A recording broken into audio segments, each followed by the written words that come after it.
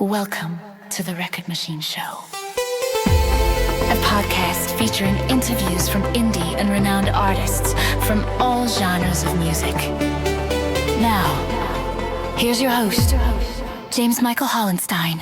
Welcome to the Record Machine Show. I'm James Michael Hollenstein, and today's guest is one of the most accomplished and multi-dimensional independent artists on the global stage. Amaru is a Grammy-nominated, internationally acclaimed recording artist whose work has been recognized by the Grammy Awards, Global Music Awards, ISSA Awards, WEA Awards, the Taste Awards, and numerous international film festivals. But the music is only part of the story. Amaru is a trained actor, published author, award-winning filmmaker, photographer, model, and chef. From his television debut in Suriname to relocating to Europe in the early 90s and later studying acting in Amsterdam and Los Angeles, his journey has spanned continents and disciplines, including a memorable European TV appearance portraying Luciano Pavarotti on Dutch television. Musically, his impact is undeniable. His debut album, Champagne Attitude, earned 2 gold medals at the Global Music Awards. His third album, The Crime of Silence, became a Grammy contender with its lead single, Traces of My Melanin, winning 19 International Film Awards. His collaboration, Hoodoo, also appears on the Grammy-nominated album, The Fury by Antonio Vergara. Most recently, Amaru released his first ever holiday song, Christmas Lollipop, an upbeat Christmas love track now nominated for Best Holiday Song at the WEA Awards, alongside Macachera for Best Latin Song and Este Hombre El Tesoro for Best Dance Song. The WEA Awards take place January 31st, 2026 in Los Angeles. And Christmas Lollipop is also featured in the December Christmas issue of Lazy Indie magazine. But before we dive into the stories behind the music, the awards, and the journey, let's put the needle to the record and kick things off with Help a Brother Out. If you make enough noise, somebody's bound to hear you.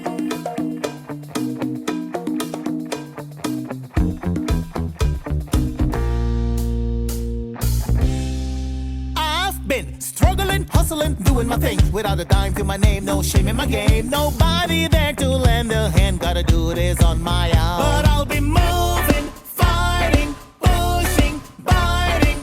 I will scream till somebody hears me. Help a brother out. Somebody help me. Help a brother out. Now sing it with me, baby. Help a brother out. Why don't you reach out to me? Help a brother out. I've been down and out, fell flat on my face, got right back up to claim my space. Discarded like a bag of trash, I'm still here in the flesh. I'll keep it moving, grooving, sliding, gliding. I will scream till somebody hears me. Help a brother out. Somebody help me. Help a brother out. Now sing it with me, baby. Help a brother out. Why don't you reach out to me? Help a brother out. It takes a village to raise a child. Life is not an easy ride.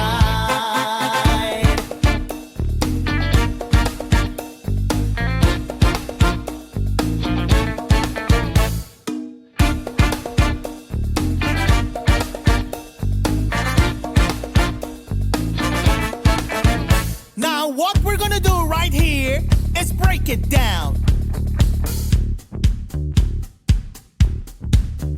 Now on 4, sing along with me. Here we go. 1, 2, 1, 2, 3, 4. Help a brother out. Now let me hear you. Help a brother out. Everybody in the back. Help a brother out. Louder.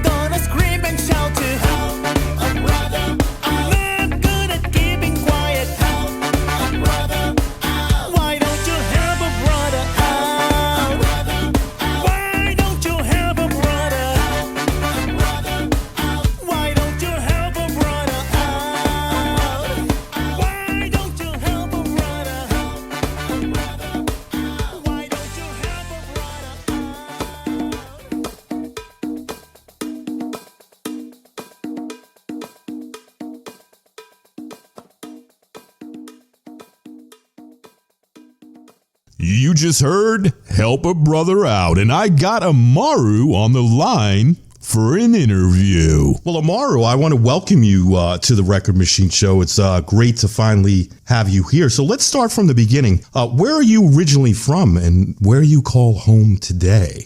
Well, first of all, James, thank you for having me on your show. It's an honor, and the pleasure is all mine. Well, I am originally from the Republic of Suriname, which is the smallest country on the continent of South America.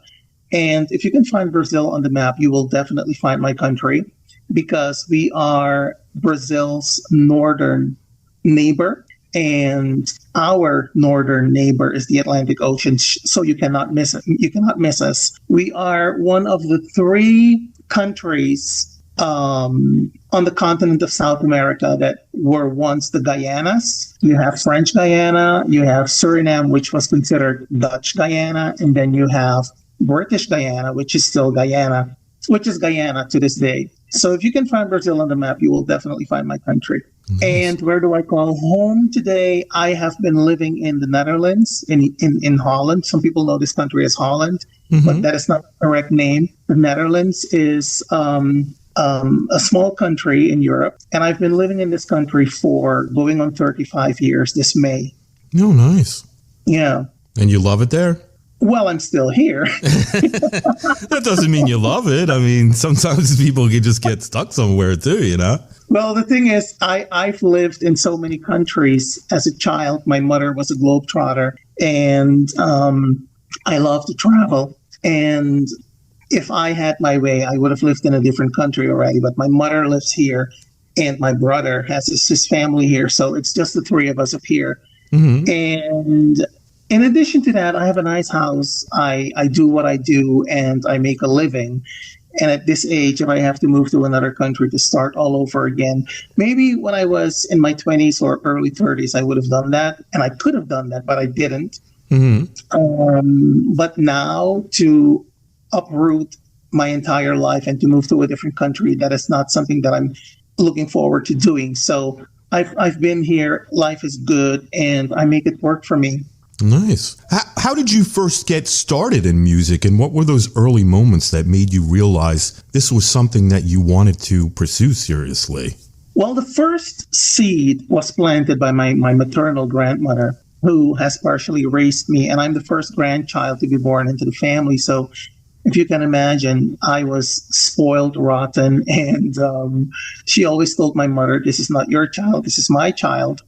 And my grandmother used to be very active in our church, and she was the choir director. She played the guitar. She had a small organ that she would play every Sunday after, service. She would get back to the house and she would play a traditional hymn, "Oh, what a friend we have in Jesus," or something like that. And she wanted me to sing, but I was very young. I was fascinated.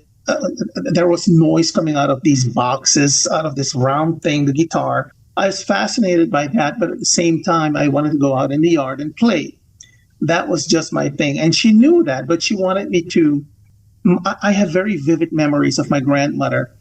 And that is one of my earliest recollections of anything music-wise was her playing the guitar and the organ in the living room, and she wanted me to sing. And then when she died in the early 80s, there was a song by Kenny Rogers and Dolly Parton called "Islands in the Stream." I'm not sure if you know that song. Yep. To this day, it is one of my favorite country music pop songs. And that song was number one in the entire Milky Way. I mean, and in my country, we are very close to Miami. So everything that is hip, hot, and happening in America makes its way to the northern parts of South America first and the Caribbean.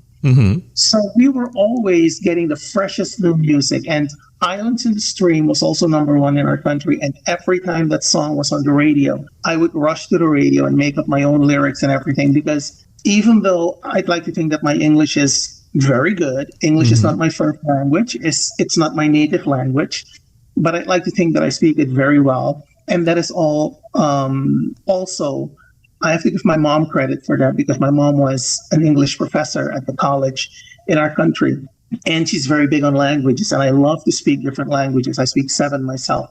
Wow. So getting back to "Islands in the Stream," I would make up my own lyrics, And one day we had a small television set. We were not allowed to watch a lot of television. And I think my youngest aunt and I were 10 years apart. And she was upstairs watching television. And I think it was either the Country Music Awards or the American Music Awards. I don't remember. But it was Kenny Rogers and Dolly Parton singing Islands in the Stream on live television. Nice. And I was playing in the yard and I heard that. And I said, wait a minute, my song is on the radio. Where's the radio? So I rushed upstairs and it was the television. And my aunt was watching. I said, who are these people and why are they singing my song? And she said, first of all, it is not your song. And second of all, this is Kenny and Dolly and this is their song.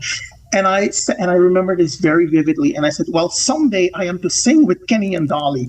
And then I know the pretense, right? Right. And then my aunt was like, and then I said, well, okay, I'm going to watch it. I'm going to play. So that was my earliest recollection. And that's when I knew this is what I'm going to do someday. My earliest memory of wanting to do something with music. And my mom was a big country music fan. So I was raised with a variety of styles and genres. If you know anything about country music, which I'm sure you do, my mom is a big fan of Jim Reeves, who was a crooner in the country scene back in the day. And she was also a big fan of a singer named Sue Thompson, who had very catchy pop hits. And I grew up on all of that, including Brooke Benton and Otis Redding and Stevie Wonder and the Jacksons and Bob Marley, you name it. But when I saw Kenny and Dolly on television, that was the moment that solidified it for me. I said, this is what I'm going to do someday. Did you know that the Bee Gees wrote that song? I didn't know that. Yeah, Barry Gibb wrote Islands in the Stream. Wow. Yes. I had no idea. You learn something every day. Yeah, Barry Gibb wrote that song. Well, now come to think of it, it does have that vibe. Yeah. If you dig deep into like the Bee Gees archives, they actually have a version of that song. I'm going to look it up later tonight. Now you have intrigued me. I'm going to look it up. Yeah. Barry wrote a lot of songs back in the day. It does have that vibe, doesn't it? Come to think of it, it does have that Bee Gees vibe, that You Win Again, Staying Alive, Night Fever. It does have that vibe. Yeah. Yeah.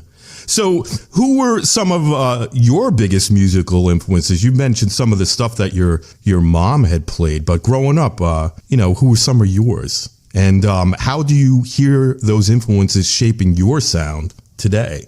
Well, I love 70s music. I'm a child of the 80s, as I always tell people. I grew up in the 80s, so the 80s was my era of music. I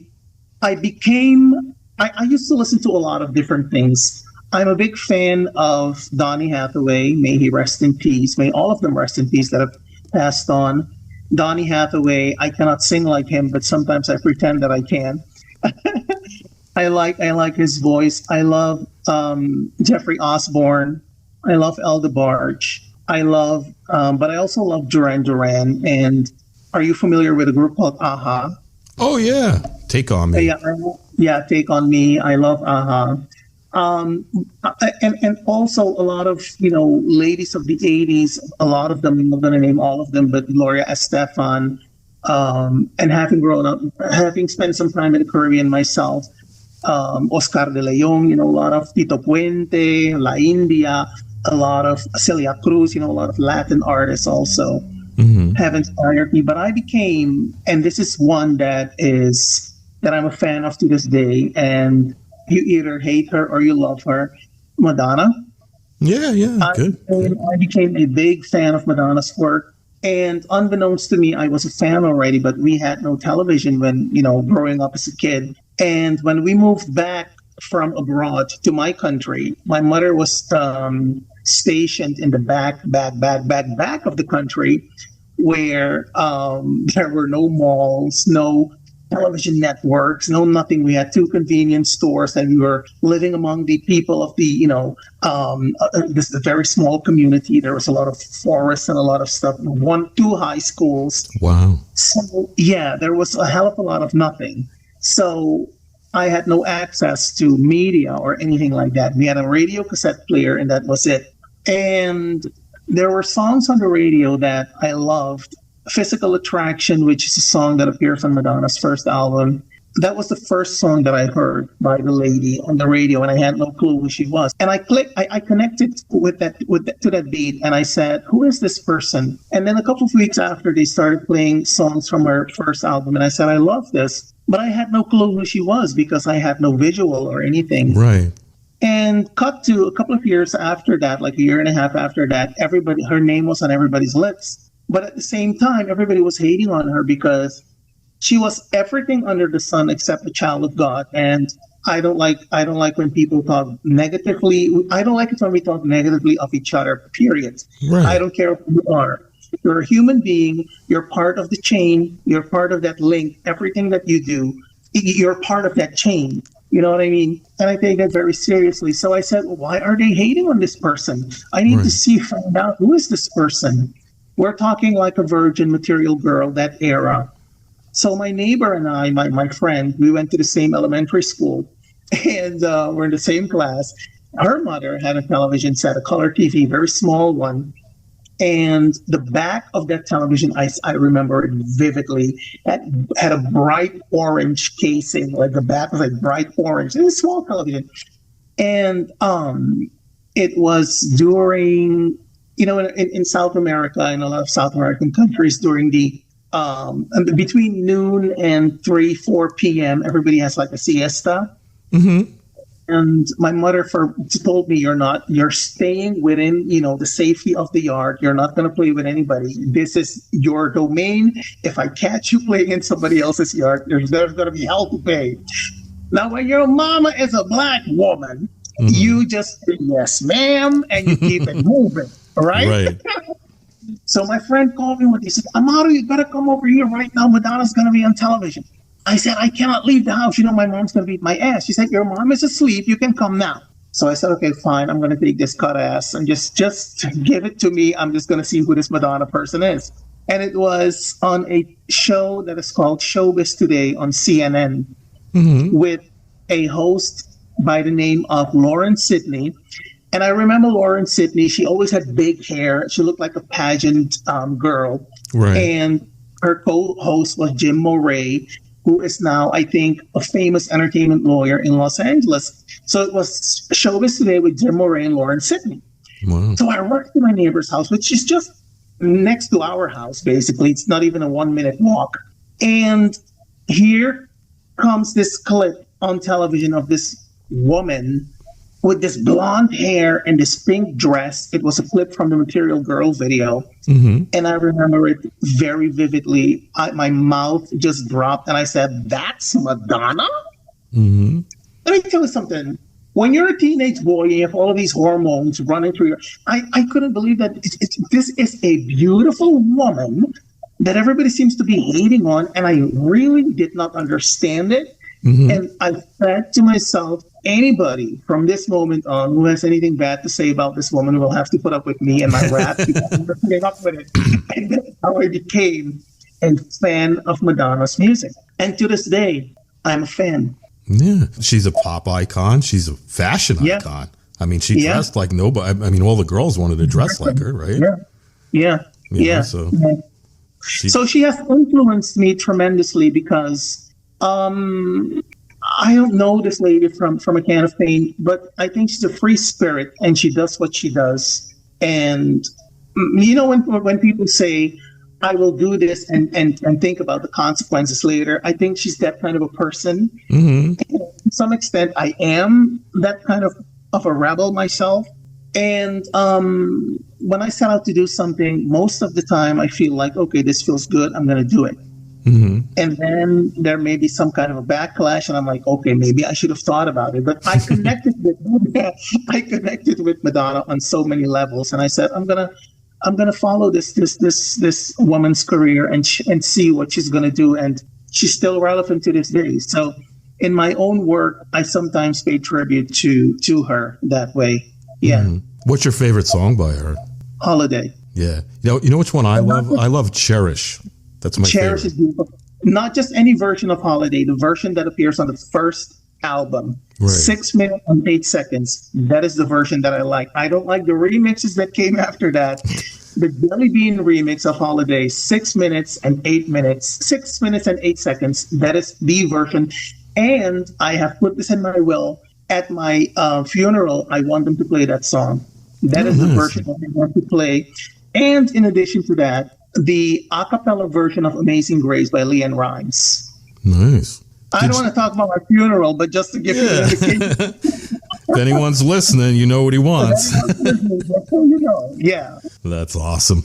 You made your television debut in Suriname and then moved to Europe in the early 90s. What inspired that move, and how did Europe shape you creatively? The television debut in Suriname happened. It was a current affairs quiz among high schools in the country. At this point, I was in high school in my country, and they had this quiz, and it was high schools competing for, the prize for a prize, an award, if you will. And I was the captain of my team, and I was on television like twice every other week, or every other 2 weeks, I don't remember, but I became somewhat of a local celebrity, and everybody started to recognize me. Oh, you're that guy, because I would answer like very rapidly. And the thing is, you had to know everything. You had to watch the news on television. If you had a television set, you had to listen to the news on the radio. You had to read the newspapers. We had 3 big newspapers in my country at the time, and they could ask you everything. What is the name of the prime minister of such and such a country? Which color were the shoes of the first lady of what I mean? It was a variety of questions, and you had to read everything. Wow. And I'm very competitive, and I was the captain of our team. And after it only ran for 1 season, but after, the season, with the season's ending, we were number 2. Wow, we were the first nice. runner-up. Yeah. So that is how that television debut came about. And I knew that was going to be the start of something, because I've always wanted to do music. And when we moved to Europe, it wasn't really a conscious move. It was basically just medical necessity that took us to Europe, because my mother got sick. And to make a long story short, she needed treatment. And because we had family that lived here, and she refused to have her condition treated in our country, because back then the situation in our country was very dire. We're talking empty supermarket shelves and everything, and medical treatment in our country was it had become something experimental. And my mother said, well, I'm not going to have any surgery here. I'm going to die here, and you guys will just figure it out.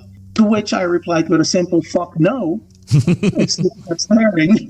And that was when I started to, I got in touch with everybody, the family, and a lot of things were put into place for her to move, go to Europe, to come to Europe to get treatment. And that is how we ended up in Europe. And when she was able to send for me and my brother, that is when I said, I know that we're not going to go back. I am going to do whatever I can to fulfill my dream of becoming a singer myself, because that's what I've always wanted to do.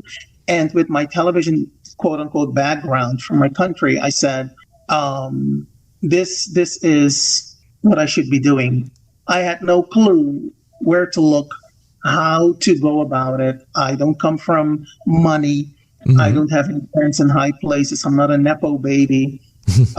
So I had to do everything myself. And it took me a long time to, finally get something going.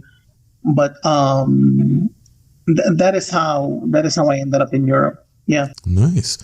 You studied acting in both Amsterdam and LA and built a strong acting resume. How has that acting influenced the way you approach songwriting, performance, and storytelling? Well, you're right. I studied acting in Amsterdam, but I also studied in Los Angeles and New York. And acting is just another form of performing.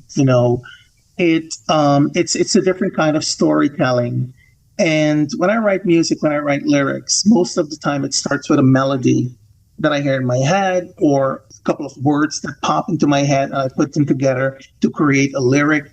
and I started to sing. And sometimes, and I've heard people say this, when they approach a script, it's like you're dancing with it. And so I think that acting and music are definitely connected that way because, like I said, there are different forms of performing. It's a different way of performing or telling a story. And how has it influenced the way I approach songwriting, performance, and storytelling? I don't know, really. I never thought about it. I just write and I produce and I perform, and I never thought about it, to be quite honest with you. But I do know that these are different ways of telling a story, and I think they're connected in some way, because telling a story by way of a script, it's the same thing as telling a story by way of a lyric sheet. Right. Most of the time, as a songwriter and as a lyricist, you are the writer of that script. In acting, most of the time, the actor is just there to tell the story that somebody else has written. So the actor has to use his body, which becomes his instrument, all of his body and all of his senses to tell the story. And in a way, you have to do the same when you tell the story musically, when you sing a song. You have to convey something. You have to let the audience feel something. So I think that they're connected. I'm not sure how one has influenced the other for me. But what I do know is that they're connected. They're connected in some way. And I'm sure that I have used one to complement the other and vice versa. Mm-hmm. But I cannot tell you how at this point. No, I totally get it. I mean, I've had people who do, they write poetry and they write songs, and something they started out thinking was going to be a poem, it actually wound up being a song for them. So yeah, they do go hand in hand, writing and songwriting and writing literature and stuff like that. Mm-hmm. That's what I think. That's what I think too. Things start out one way and end up another way. So exactly. I hope that answers your question. I never thought about it until today, until you just asked me. But yeah, I'm going to sit myself down and think about it. Yeah. Well, it's good to think about things like that, right? Like sometimes you sit down and you just say, hey, wait a minute. I never thought of it that way. Mm-hmm. Right. And that is how you learn. And that is what I mean. Everybody is part of that link, of that chain, because you taught me something that I can definitely use in my life. So whatever you brought to the table just now matters. It matters to you, but it also matters to me. Yeah. And that is what I meant earlier when I said we're all part of that chain, that link. Right. I believe people are meant to meet certain people along the way in their lives as well. Absolutely. I believe that too. I don't think it's I think it's like destiny. It's almost meant to happen. You know what I mean? Yeah. And it's already, written. Yeah. You've been recognized by organizations like Global Music Awards, ISSA Awards, Taste Awards, WEA Awards, and even Grammy organizations.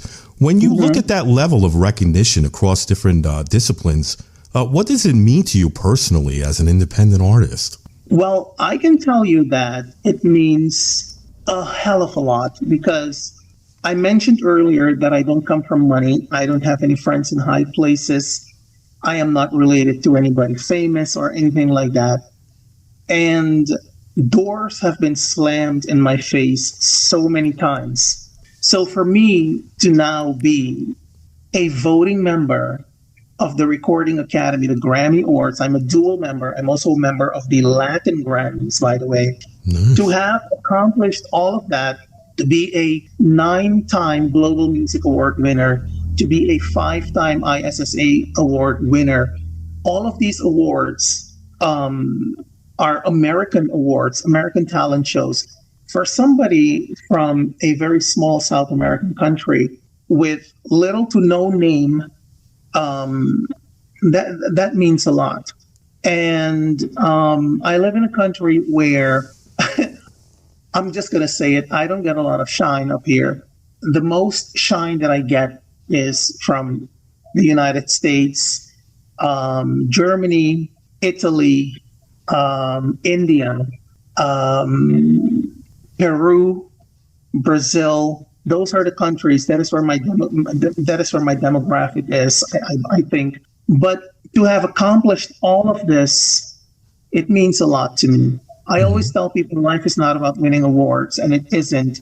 But if you're an independent artist, you're able-bodied, and you apply yourself, and you put in the time, the blood, the sweat, the tears, all of that, and you're being recognized by entertainment folks from the entertainment mecca, which is the United States of America, to me, that is big. That is big. So all of the organizations that you've just mentioned, they mean a lot to me.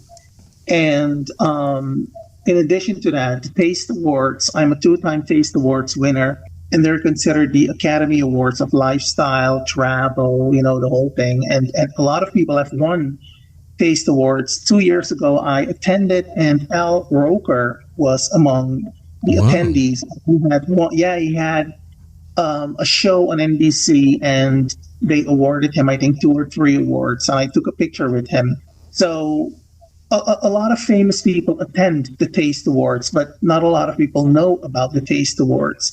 And as a small-time filmmaker, I have submitted my work for award consideration plenty of times. And when I had my culinary web show, I submitted many times, and I won a couple of times. Nice. So the Taste Awards are also one award show from the United States that mean a lot to me.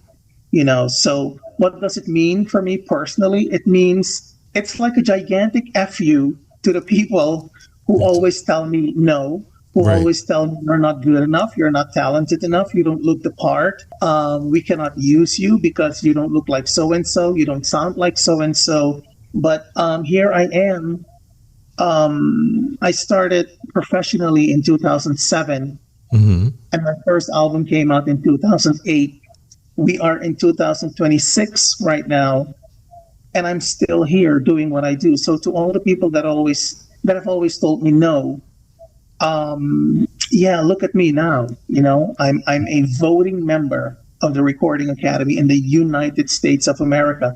And it may not mean anything to anyone, but it means a great deal to me. In addition to that, I'm also a judge at the ISSA Awards this year, which is also something big. I've been an Academy judge at the Taste Awards for 2 years now. I am also going to be a judge at the California Music Video Awards this year. And there's also another film festival that has asked me to, become a judge for their talent competition, which is also an IMDb accredited film festival, by the way. So it means a lot to me. Yeah. Yeah, well, the first time I saw you was on the red carpet. You'd walked by, and I was with my wife, and I was like, I don't know who that guy is. I said, but he's got some style on him. And she's like, yeah. She's like, I love the outfit. I love the boots. I said, yeah. I said, I gotta figure out who he is and have him on my show. I'm like, he definitely plays the part. It's like he's got to be winning something tonight, and we were right. Yeah. Well, to tell you the truth, I don't play the part. Without sounding arrogant, because I'm not arrogant, or conceited, I'm not conceited. I don't want to say that I am the part, because that sounds weird, but how about you dress for success? Well, let's go with that. Because last year at the ISSA Awards, I wanted to do something different. Which is why I dressed up in that black and gold outfit. I mean, I saw the boots online, and I said, I just have to have these boots. And then I said, what am I going to wear these boots with? When they arrived at the house, they are heavy. I said, my goodness, I'm going to get in trouble. In America, customs, they're going to stop me. And they did stop me because they thought that the shoes were a weapon or something because of the spikes. And I had to tell them, no, these are just the shoes that I'm going to wear on the red carpet. I had to explain everything to them. But whenever I do a performance or a presentation of any kind, I make sure that I am dressed nicely. When I moved to this country, I started out as a life model. I got into modeling, print modeling. I got into acting that way. So the fashion thing is something that is innate to me. I love fashion. I love to dress up. I love to look nice. And when I do a red carpet, I just have to, and the thing is, if Getty Images are going to photograph you, these images go worldwide. They go global. Everybody's going to see them. So you want to look your best. Right. And even if Getty Images is not present, we have people like Tom Martinelli from the ISSA Awards, who's doing a great job in addition to all the other photographers. But if you're going to be photographed on a red carpet, you want to look your best. You know what I mean? Mm-hmm. And especially if you're nominated for something, you could be an independent artist, but that doesn't mean that you have to look like the Salvation Army has dressed you. Yeah. You have to look the part. So I needless to say, I have an immense wardrobe. I have over 100 pairs of shoes. Mm-hmm. I'm going to be doing some traveling this month, so I'm putting together a lot of outfits for events and red carpets and all of that. So I try to look the part everywhere I go. Yeah. I'm not successful in doing that because sometimes I look a hot mess. But when I do red carpets and stuff like that, I make sure that I'm dressed nicely and I can look back on beautiful red carpet pictures. Yeah, people notice, when you look your best, right? Amaru's a brand name, and you want to keep that brand looking good, right? Exactly. The thing is, it's not just my name; it's my actual name, by the way, but it's also my brand, as you said, and. You have to represent your brand. You have to represent your brand to the best of your ability. And fashion is definitely one way of making sure that the brand is represented. Mm-hmm. Definitely.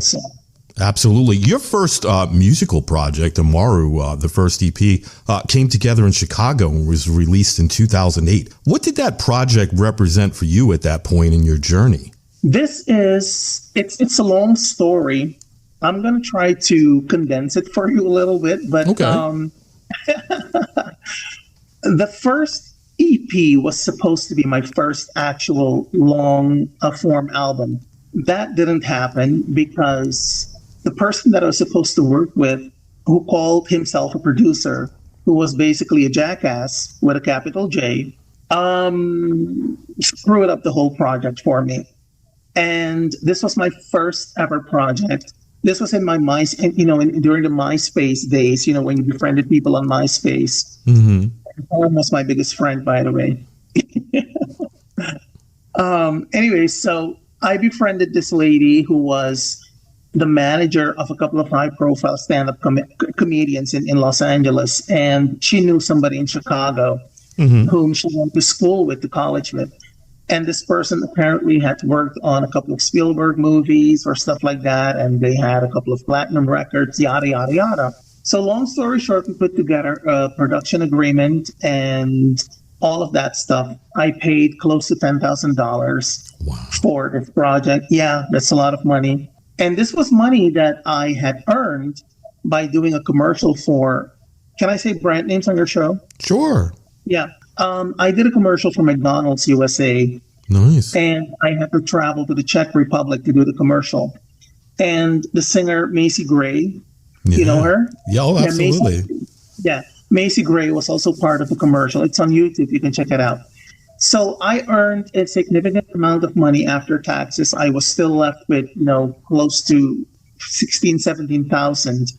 I said, what am I going to do with all this money? I can purchase more shoes, but then I could only wear one pair of shoes at a time. Mm-hmm. So I decided to invest the money into my first album project. And I didn't think that I was going to need all of the money, but I ended up spending almost all of it on this project. And instead of recording the songs that I had, at this point, I had about 60 songs that I had ready, and we're going to record at least 12 or 13 for the album.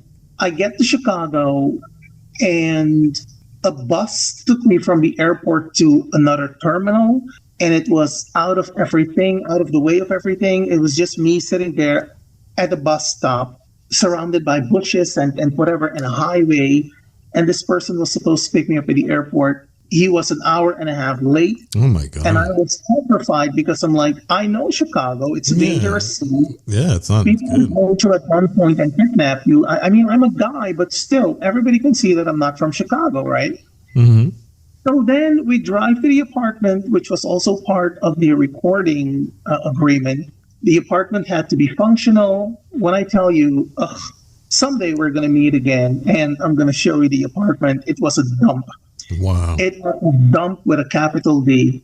And we're sitting, he picked me up from the airport. We're in front of the apartment. I'm with my suit, my luggage, my carry-on in my lap. And this a-hole had the audacity to ask me, so do you have any money for the parking meter? When I tell you, James, if you know anything about me, I love everybody, but don't mess with me because I curse. Yeah, I don't blame you on that. You say in the black community, I cuss. Yeah. When I tell you, I said, are you effing kidding me? I just paid you close to $10,000 and you're going to ask me for money for the parking meter? I just got off of a plane. And I could hear myself getting loud. And I said to myself, okay, pipe it down. This is the person that has to do your music.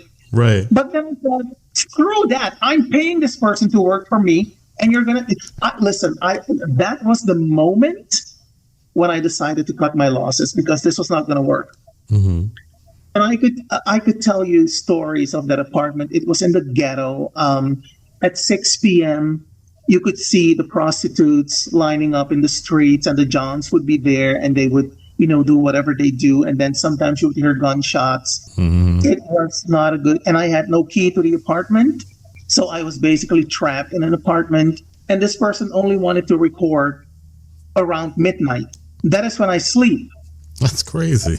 So to get back to your question, what did that project represent for me? Mm-hmm. At first, it represented a lot of joy and a lot of hope and a lot of just happiness. You know what I mean? Like, finally, I'm going to be a recording artist. Finally, I'm doing the right thing. I have people, what I thought were good people in my corner. I'm going to be working with somebody that has done a Spielberg movie, so I'm in good hands. I have a production agreement. I thought that I had done my homework. Right. And then when we got there, this person had a couple of songs on file. He had the music, and I had to write lyrics to the music. I said, but this is not what we agreed upon. We were going to work on my demos, which I wrote the lyrics and the melody for. You are going to help me to produce the music. Right. And that was a big to-do. And I said, you know what? Never mind. So from the 12 to 14 songs or 13 songs that we were supposed to record, we ended up recording 3. Mm-hmm. And none of them were mine. Well, there was one song called Tell Me, which he did an arrangement for that I simply didn't like. I didn't care for. It was a very boring kind of an arrangement, and that is not how I wrote the song. So we did Tell Me. We did a song called Tonight, and my first ever single, Put Your Hands Up. Mm-hmm. So Put Your Hands Up was the only song that I decided that I thought was commercially good enough to pursue and to do something with. And I ended up doing a music video for it with a couple of guys that helped me. I did a film for them a couple of years prior to that. And they said, if ever you need a favor, let us know because we can help you. I said, okay, fine. So they helped me with the first music video of Put Your Hands Up. So Put Your Hands Up became my first single, but I sang the song, I think maybe twice or 3 times back in the day, mm-hmm. because it brought back a lot of bad memories. And that is the reason why I don't really like Chicago. I could see why. It brings back a lot of bad memories. And when I tell you that this person really didn't like me. Yeah. And everything that this person said, everything that this person did was, I don't like this dude, but I have to work with him. You know what I mean? And I pick up on stuff like that. Right. Yeah. So just trying to take your money. That was about it. Yeah, it was just a money grab. And then I recently released an album, Hindsight. I hope that we will talk about it a little later on in the show, mm-hmm. if you'll give me the time to talk about it. I decided to remix Put Your Hands Up because I wanted to still honor the fact that I contributed lyrics and vocals and all of that stuff. So and that is my first ever single. And I figured if I'm going to do a retrospective collection, Put Your Hands Up has to be part of it. So that is why I decided to remix the song just to create new memories of the song so that when I listen to that version of the song, I'm not taken back to Chicago, but I'm taken back to the studio with Marcel, my longtime musical collaborator, who is somebody who understands my musicality like none other. So the first project was supposed to be something that was, it was supposed to be a memorable experience, and it became a memorable experience, but for all the wrong reasons. Yeah. Going forward from that experience, you knew what to look for in, you know, a shady person. You wanted somebody that saw your vision and was going to work with you to make that vision. This guy, he just wanted to fill his wallet up with your money. He didn't give a shit what you wanted to do. And it sounds like to me. Well, you hit the nail. You hit the nail on the head. That is exactly what it was. And I've learned multiple lessons. I've learned that I have to dig deeper. But at the time, there was only so much that you could find on the internet. You know what I mean? The internet has grown, and there's so much more information online now as opposed to back in 2006, 2007. Right. You know, and I have learned a lot, and that is why I am so vigilant and tenacious in my career. In 2026, and I guard the brand feverishly. You may see on my social posts that I always tag my pictures. A lot of people hate that. I don't care about any of that because people steal your stuff. Right. And my brand is everything. I am an independent artist. I don't have money laying around the house. I have to protect every aspect of my brand because this is my bread and butter. You know what I mean? Absolutely. Definitely. Yeah. You know, like you said, you learned something from it. It looks like you've grown a lot since then. You've been pretty successful since that experience. So, I mean, sometimes you got to have some bad things happen in your life in order to get a lot of good, I guess, right? Exactly. Yeah. You know, well, let's talk about a good experience. It looks like your debut full-length album, Champagne Attitude, earned 2 gold medals at the Global Music Awards. How did that success shape your confidence and direction moving forward? Well, the first time that I'm going to take you a little bit back. The first Global Music Award that I won was for a single called Independence Day. Okay. It was a very basic video, but the story of Independence Day is very personal. It's the story of me not growing up with a father. I don't know what it is to have a father because I never had one. So Independence Day tells the story of that part of my life. And I submitted the music video for award consideration, and I ended up winning a bronze medal. Nice. That was my first ever award for my music. And I thought that was big, even though it was bronze, right? So then I said, I had a couple of singles out. I had Put Your Hands Up, of course, and then I released I'm the One You Need, which was my first CD single. The first project was digital. I'm the One You Need was both digital as well as a CD single on my own label, Amaru Music. So I'm very proud of that. And then I had a song called The One, and I think my 4th single was Independence Day. So Independence Day was my first award with the Global Music Awards. So that kind of propelled me into not just releasing singles, but to work toward an album. And I think I won for Independence Day in 2015, but it would take me at least 3 years to release Champagne Attitude. And then I submitted that for award consideration, and I ended up winning 2 gold medals for Best Emerging Artist or Best best something, but 2 gold awards, 2 gold medals. Nice. And that kind of, I said earlier that life is not about winning awards, but when you win an award for something that you've created, whether it's music, whether it's furniture, whether it's something, when you've won an award for your creative vision, that kind of propels you into moving forward and continue to do what you do, because there may be people out there who could benefit from what you do. There may be people out there who could find some kind of inspiration in what you do. So why not continue?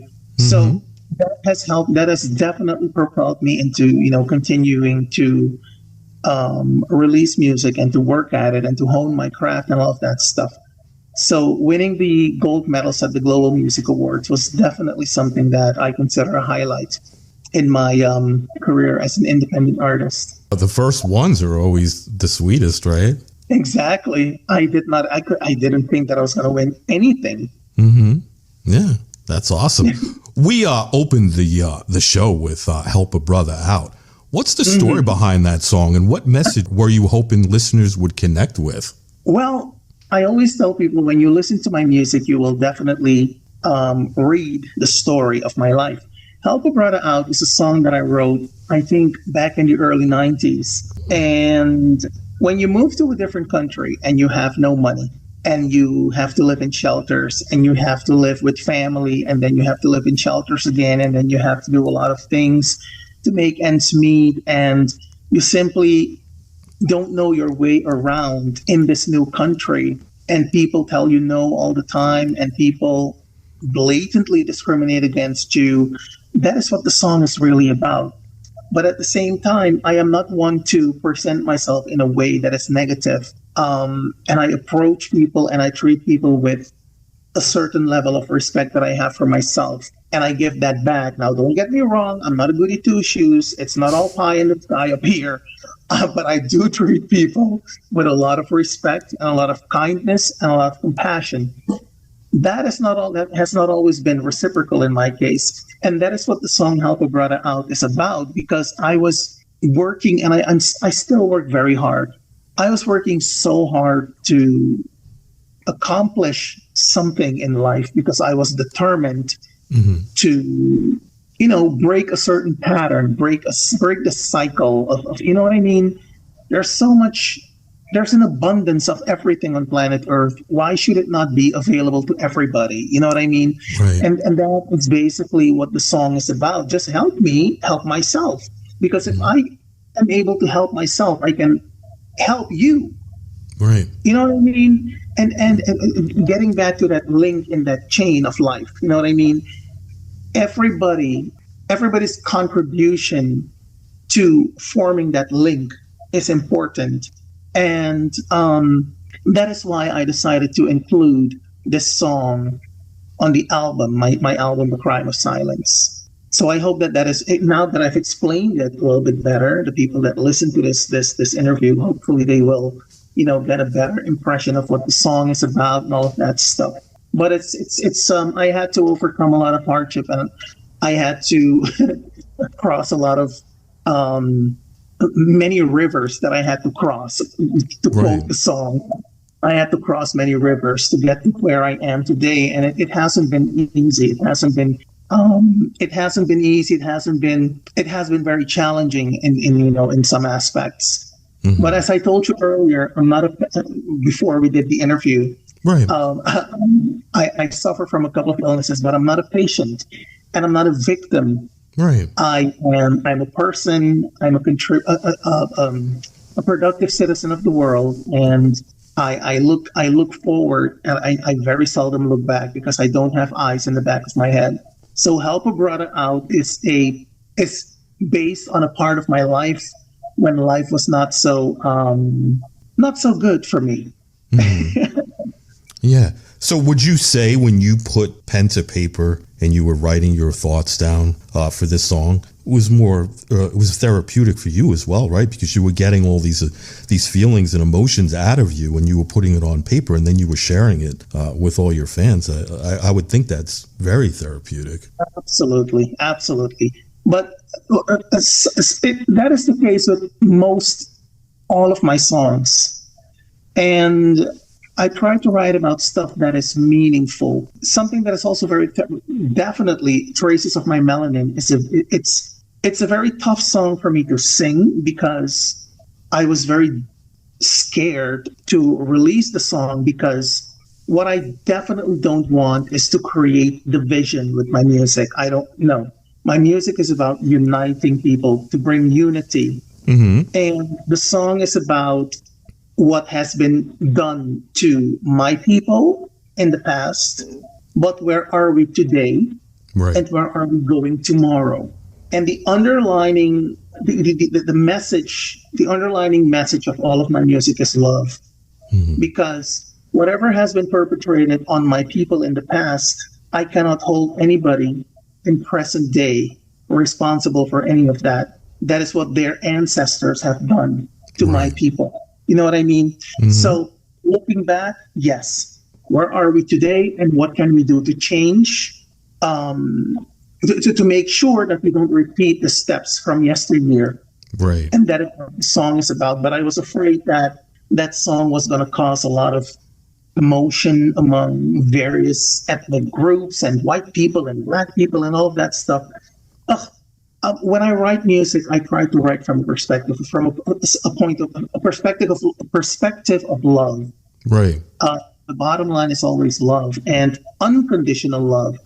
I don't just love, quote unquote, my people. I love, because everybody's my people. We are all connected in some shape or form, and I'm very big on that. And that is the basis of my songwriting. I think that song resonates with a lot of people. It is the second biggest song in my catalog. Nice. Close to 1 million streams or something. Excellent.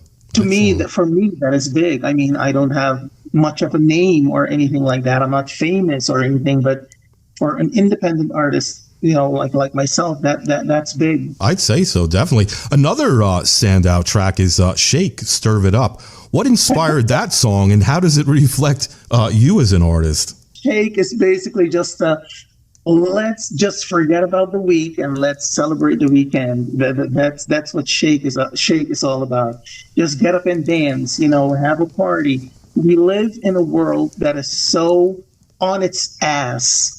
Countries are being invaded. Not sure if that is legal or not, but we have a lot of political shit that's going on in the world in 2026, and you can't help but to wonder, are we evolving as a species, some of us, or are we not evolving as a species? You know what I mean? Yeah. And I don't want to get political because that is not the premise of the show, I don't think, and I will not get political.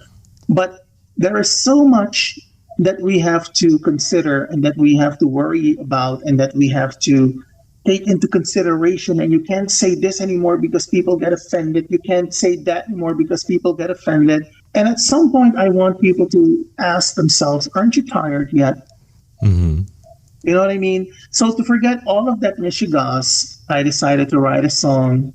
And I have 3 versions of that. I actually also recorded a Portuguese version of the song, but I never released it. Wow. So I have Shake, Stir It Up, and I have the Spanish version of it, which is called Déjanos Bailar. And I have a Spanglish version of it, which will be on my next album. But Shake, Stir It Up is a song about just letting go of all your inhibitions and just enjoy yourself and just go to a club and do a lot of dancing, not a lot of drinking because we don't want people to get wasted. Right. But just lose a lot of your inhibitions and just unwind. And the subtitle of the song is Stir It Up, which is a combination of 2 words. Stir is not a word in the English language, I don't think, but it's basically a combination of strut, as in strutting your stuff, and serve, as serving.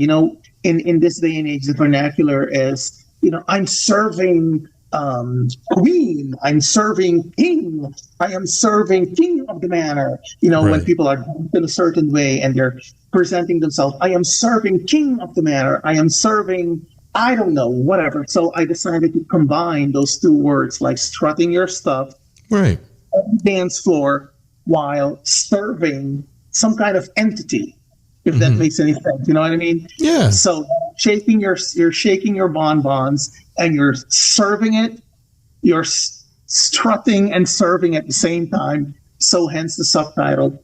And that is what the song is about. It's one of my, what I'd like to call Here Today, Gone Tomorrow songs. It's like a party anthem. It's a party anthem. It's kind of a silly song, but Yeah. it worked. I think, the beat just fit perfectly with the rest of the songs on the album. So I decided, this is definitely going to make the cut. If I was still DJing weddings, I would definitely throw that one on. That would definitely get a lot of people up, I think it would. I think it would. Yeah. Definitely. I submitted the Spanish version for award consideration at the Latin Grammys, but I didn't get a nomination, unfortunately. It's a great song. It's very catchy. I was listening to it to and from work all week. I've been listening to your music on CD. I made my own CD. I burned. Oh, do you do CDs? Yeah, I still have CDs in my car, the CD player. So do I. Yeah. So, yeah, I've been listening to your music all week, so I wanted to be prepared. Yeah, it's an excellent song. And let's talk about some other music. The Crime of Silence became a Grammy contender and earned major international recognition, especially for its visuals. What was driving you creatively during that chapter? I think I touched on this earlier. In my songwriting, in my lyricism, I like to write about stuff that is meaningful and poignant and hopefully inspirational to people. And today, a lot of people that write music in this day and age, it takes me a long time to understand what people mean with certain lyrics. And sometimes it's just two lines that they put together, and that's a lyric. But all the lines put together don't tell a hell of a story. Not much of a story, I mean. And when I write lyrics, I'm very big on storytelling. The Crime of Silence is something that I heard somebody say on television in the early 90s. And I said, this is going to be the title of something. I don't know what it is, but let me write this down. The Crime of Silence is basically not speaking up on things that are not just. So when you see injustice and you don't speak on it, you are committing the crime of silence, because why would you not speak up on something that is not correct? Of course, you have to pick your battles. I get it.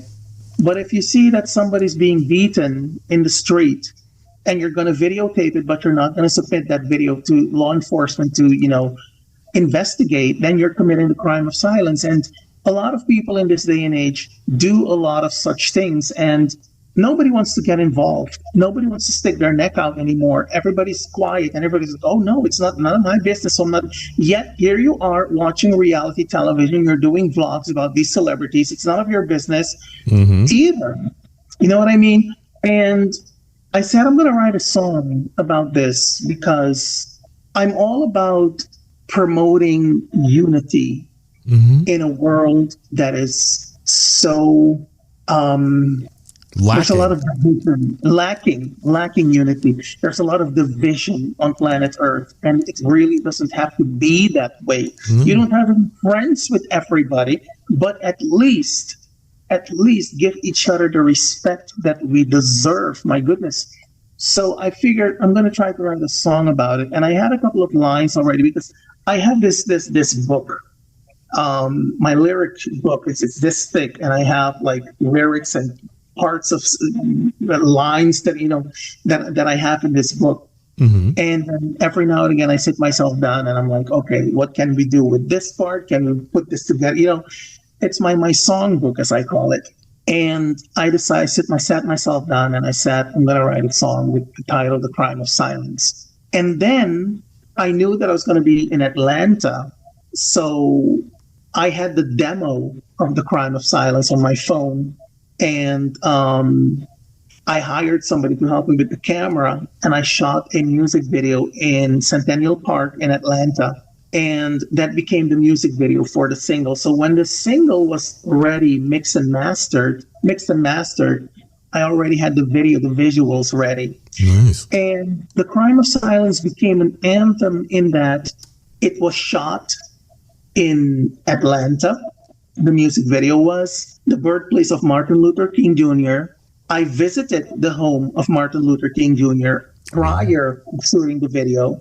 So, and because the ISSA Awards have been very good to me, I wanted to do the video in Atlanta for those reasons. So the lyrical content of the song became somewhat of a tribute to the legacy, the work of Dr. Martin Luther King, who was also a big proponent on unity among people, not just our people, but people in general. Right. And I wanted to honor that. At the same time, I wanted to pay homage to the city of Atlanta because of the ISSA Awards, who have been so good to me.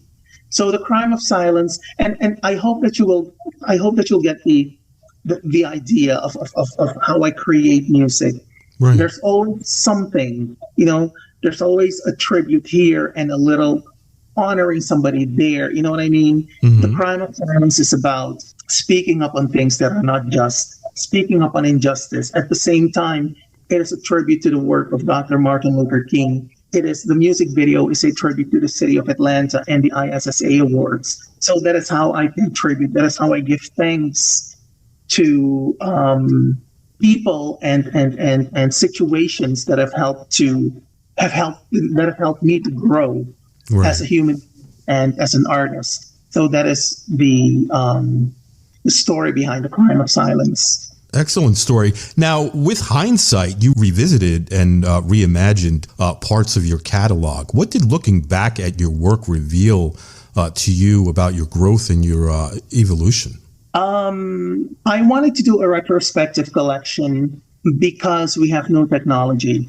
And I wanted to revisit some of the songs. So we ended up remastering a lot of the songs, remixing some of them. And I wanted to present what I consider some of my best work to people who may not have the time or the interest in learning about the backstory of Amaru. And I wanted to revisit those songs because, like I said, I consider them to be some of my best work. And I basically just wanted to revamp them. You know what I mean? And looking back, I know where I started. In that smelly apartment in Chicago in 2007. And I almost died, by the way. And we are here now in January 2026. And I can definitely see the curve. It's like an upward curve in growth. And that is why I wanted to do hindsight. So the growth is definitely there. And I'm very proud of my growth as an artist, as a lyricist, as a songwriter, as a producer, as a vocalist, as a background vocalist. And now that I'm working on my 5th album, I can definitely tell you that there's a lot of growth there. Yeah. When's that coming out? Hopefully in May or June. I'm not sure yet because I have a lot of traveling to do this year again. And I have a lot of, I do a lot of corporate gigs, by the way. Nice. So I have a couple of corporate gigs that I have to do. And so I hope to have enough time to record. I do have a couple of studio dates in February and in March. So hopefully we'll be able to, do a lot of work that way. We already have 5 or 6 songs ready for this new album. And I still have 7 or 8 more to go. So we're almost halfway there. But I can tell you there's a lot of growth and evolution. Definitely. Yeah. Awesome. For the listeners who are just discovering you today, where can they go online to keep up with your music and everything that you have going on? Well, I've had a website since 1996. I'm going to tell you the story about the website. Hopefully people will find this interesting. But this will prove to you that I am not new to this. I am true to this, as they say. There was a company, an American company called Homestead. And Homestead was this drag and drop kind of site builder. And I had, you couldn't connect your own domain to it yet. So it had to be amarumusic.homestead.com. Okay. But I had a website since 96 and it was very, very cheesy. But I was on top of the world because I thought, okay, I'm a recording artist. I have a website. Look at me, right? And then I purchased the 2 domains, amaru.nl and amaru-music.com. But, and that is when I decided to, build the website, make it look professional, make it look interesting. And I change it all the time because I don't like monotony. But I've had a website ever since, but the link to my website is www.amaru.nl. That is AMARU.N as in Nebraska and L as in Louis. Amaru.nl. And when you go to my website, you will see all of the little icons of the social media like Facebook and Instagram and all of that. When you click on them, you will be taken to my social media. I can mention them on the interview, but I don't think that anybody's gonna wanna listen to that. Or I think when you go to my website amaru.nl, you'll find everything. Mm-hmm. But I'm big on Instagram. Instagram is where I have my most interaction with people, and that is Amaru Music 1. Amaru Music 1, that is my Instagram handle. I have a couple of other Instagram pages. My fashion page, which is amaru.fashion, and then my culinary page, which is Amaru Cooks. But I'm more active on the music page because that is where, like I said, I have the most interaction with people. Yeah. Awesome. Now, before we wrap things up, is there anything you'd like to share or mention that we didn't get a chance to talk about today? I think I said everything. Well, I think I can probably add, I just touched on it earlier. I'm working on my 5th album, which is a Spanish dance album. It's going to be electronic dance music, EDM, combined with some tropical salsa vibes every now and again. I have it's the craziest song that I've ever written. It is silly. It doesn't make any sense. It is foolish with a capital F, but I am going to release it as a single. I've already, same thing as The Crime of Silence, the demo of this song. I knew that I was going to be in Miami in November of 2024. So I took the demo of the song with me and I hired a videographer to help me with some visuals for a video that I'm going to put together for this song. Nice. And it's a silly, silly song. Don't expect any lyrical, like great lyrics or anything. No, it's just a silly. Sometimes those are the best, though. Well, I hope so. I mean, I'm going to be at the pool. I know how some people frown upon my attire sometimes. I cannot possibly begin to care about any of that. But I will be at the pool shaking my bonbons, and it's going to be a sexy little video, but again, honoring part of my Latin background, as well as paying homage to the city of Miami and Latin culture in general. So, and like I said earlier, hopefully the new album will be released in May or June, if not a little later in the year. But as I said earlier, hopefully the album will see the light of day in June, May or June, or possibly later in the year. Yeah. You did a collaboration this year too, didn't you? I did a collaboration with Linda Marks. She's awesome. Linda Marks is a folk singer from Boston, and she approached me. I'm going to tell you the story because I have something else to tell you. Linda approached me with the song, and I'm not a folk singer. I'm not a balladeer. I don't like to sing ballads. I have 2 ballads on my previous albums, but I'm not a big fan of singing ballads. But Linda wanted me to sing the song. And because she's a folk singer, that is the way she writes her music. For me, it was very difficult to learn the song. I tried my best, and at some point I told her, I said, Linda, I cannot do the song. I'm sorry. I cannot. And then I felt bad because when somebody considers you for a project, that is big. That means they see something in you. Right. And they think highly of you. And Linda's been very good to me as a friend, as a colleague. And then I reconsidered. I said, you know what? Let me write Linda and ask her if she would still be up for it, that I do the song. I'm going to try again. She said, well, I actually requested somebody else to do the song, but if he says no, I may come back to you. So I said, oh shit, I lost the part. So 2 days later, she came back to me. She emailed me. She said, you know what? If you want to do the song, the part is still open, so go ahead. So I made it a point to learn the song, which kicked my ass. I'm not going to lie to you. Because I'm not a folk singer. I don't do folk music. Right. And then we talked about my musical influences earlier. There's a song by a lady, I think her name is Mary something, and she had a song called Torn Between Two Lovers. Yeah, I know that song. Maureen McGregor. Something like that. Torn Between Two Lovers, Feeling Like a Fool. Yeah. And I kept that song, the Linda song reminded me so much of that song. Yeah. So when I did the backing vocals and the harmonies, I kept flowing into Maureen McGregor's song, and that pissed me off because I'm like, no, that's not it. You're messing up this lady's song. So it was when I tell you it kicked my ass, I'm not going to lie to you. And then finally I got it.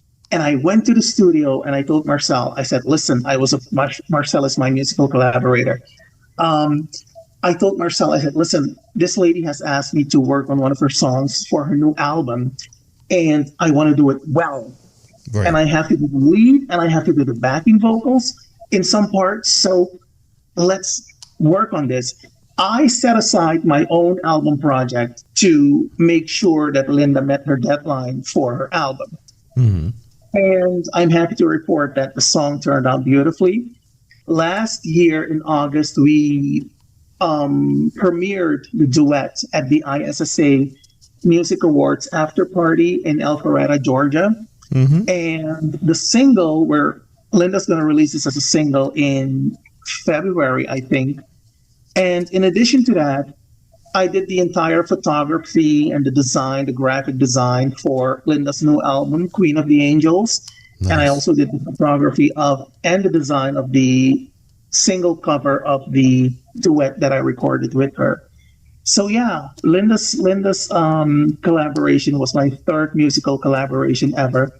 And, for somebody who comes from absolutely nothing to work with an American singer-songwriter like Linda Marks, I mean, these are all accolades that I'm very proud of. Mm-hmm. And from nobody. You know what I mean? Right.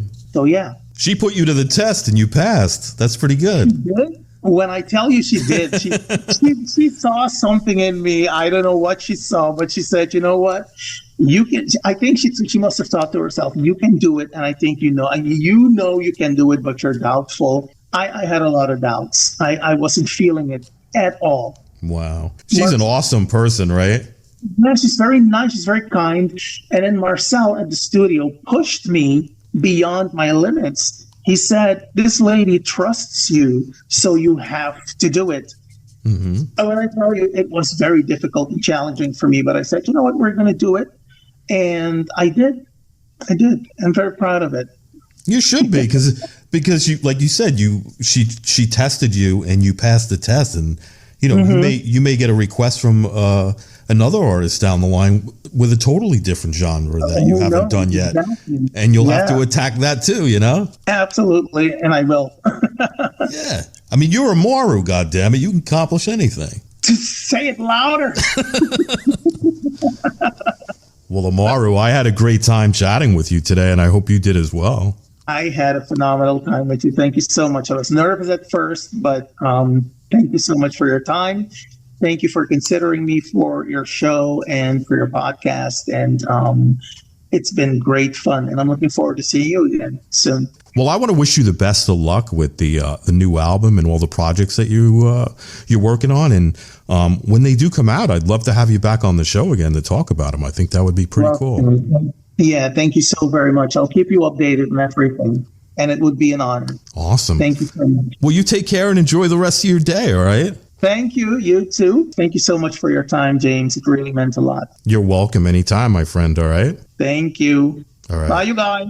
Bye-bye. Amaru, it's been an absolute pleasure having you on The Record Machine Show. Your journey from Suriname to Europe to the United States, from acting in film to award-winning music, books, and beyond, is a powerful example of creativity without limits. Your recognition from organizations like the Global Music Awards, ISSA, WEA, Taste Awards, and the Grammy Community only tells part of the story. What really stands out is your commitment to independence, authenticity, and constant evolution. To everyone listening, make sure you follow Amaru, explore his catalog, check out his books and films, and keep an eye on what's coming next, because his journey is far from finished. But before we sign off, we're going to check out another track from this great artist. This one's called Shake, Stir It Up. I'm James Michael Hollenstein, and you've been listening to The Record Machine Show. Until next time, keep those records spinning.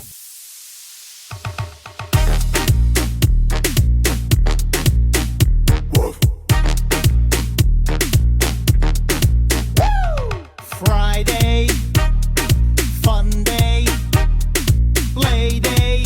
Hey, Mr. DJ, prancing, romancing, disco dancing, straight into the weekend. Come on, people, let me see you shake your body. Come on, people, let me see you shake.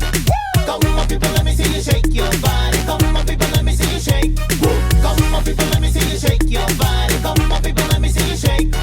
Come on, people, let me see you shake your body. Come on, people, let me see you shake. Jamming and grooving to the rhythm of the music, enchanting, body shaking, intoxicating, triggering my senses. Come on, people, let me see you shake your body. Come on, people, let me see you shake. Come on, people, let me see you shake your body. Come on, people, let me see you shake.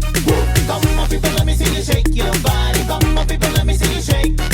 Come on, people, let me see you shake your body. Come on, people, let me see you shake. Stir it up. Come on now, stir it up. Stir it up. You need to stir it up. Stir it up. Stir it up. Come on now, stir it up. Stir it up.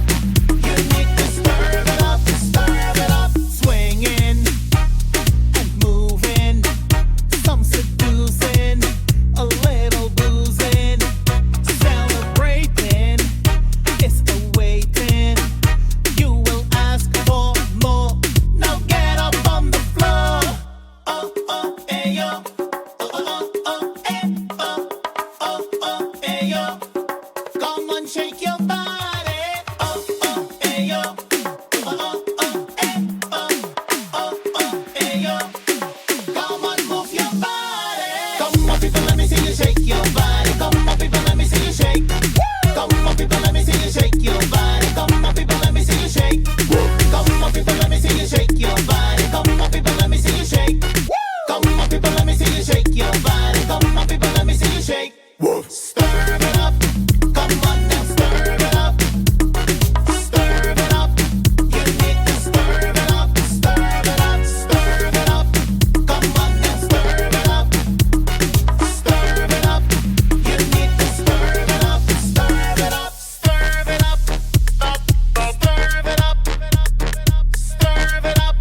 Stir it up. Stir it up. Stir it up.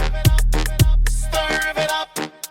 Stir it up. Stir it up. Come on, people, let me see you shake your body. Come on, people, let me see you shake. Come on, people, let me see you shake your body. Come on, people, let me see you shake. Come on, people, let me see you shake your body. Come on, people, let me see you shake. Come on, people, let me see you shake your body. Come on, people, let me see you shake. Stir it up. Come on now, stir it up. Stir it up. You need to stir it up. Stir it up. Stir it up. Come on now, stir it up.